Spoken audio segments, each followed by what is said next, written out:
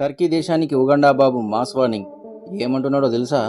అందమైన పోరి కావాలి, $1 బిలియన్ ఇవ్వాలి. ఉగాండా ఆర్మీ చీఫ్ రచ్చ. నమస్తే దోస్తులు, ఇవాళ ఒక మస్తు గమ్మతైన ముచ్చట చెప్పుకుందాం.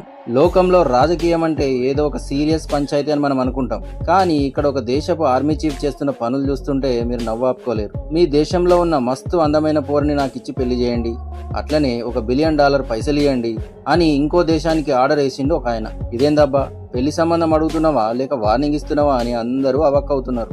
అసలు ఎవడు ఈయన?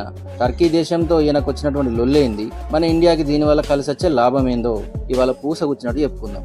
ఎవడి ఆగమాగం లీడర్? ముందుగా ఈయన గురించి చెప్పుకోవాలి. ఈయన పేరు మహూజీ కనేరుగబా. ఉగాండా దేశానికి ఆర్మీ చీఫ్, పైగా ఆ దేశాన్ని 40 ఏళ్ల సంధి పాలిస్తున్న నియంత కొడుకు. అంటే ఆ దేశంలో ఈయన చెప్పిందే ఆట, పాడిందే పాట అన్నమాట. ఈయనకు ఇలాంటి పిచ్చి పిచ్చి ట్వీట్లు పెట్టుడు పాత అలవాటే. మొన్నటికి మొన్న ఇటలీ ప్రధాని జార్జియా మెలోనిని చూసి ఫిదా అయిపోయిండు. నిన్ను పెళ్లి చేసుకుంటా, నీకు కన్యాశుల్కం కింద 100 ఆవులనిస్తా అని ట్వీట్ చేసిండు. ఆఖరికి ఇటలీ వాళ్ళు సీరియస్ అయ్యేసరికి వాళ్ళ నాయన వచ్చి, సారీ అబ్బా, మావాడు పొరపాటున వాగిండు అని క్షమాపణలు చెప్పాల్సి వచ్చింది. అంతటి తోపు ఈయన. మరి అసలు లొల్లేంది? సరే, ఇప్పుడు టర్కీతో ఎందుకు పెట్టుకున్నాడో చూద్దాం.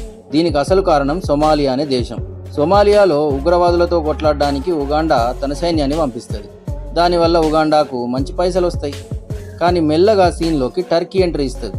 అక్కడ చమురు బావులు తోడడానికి, స్పేస్ సెంటర్లు కట్టడానికి టర్కీ వాళ్ళు అగ్రిమెంట్ చేసుకున్నారు. ఇదే మన జనరల్కి కోపం తెప్పించింది.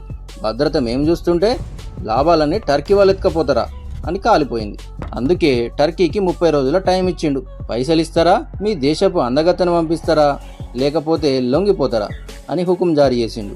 మరి మన భారతదేశానికి ఏం లాభం? ఇదంతా వినడానికి ఒక జోక్లా ఉన్నా ఇందులో ఒక పాయింట్ ఉంది. టర్కీ మన పాకిస్తాన్కి దోస్తు.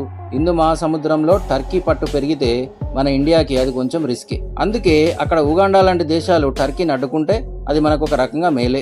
అంతర్జాతీయ రాజకీయాల్లో ఎప్పుడు ఏం జరుగుతుందో ఎవ్వరు ఏం చెప్పలేరు. చూసిరు కదా ఈ ఉగాండా ఆర్మీ చీఫ్ ముచ్చట్లు. ఈయన తీరు చూస్తుంటే మీకు ఏమనిపిస్తుంది?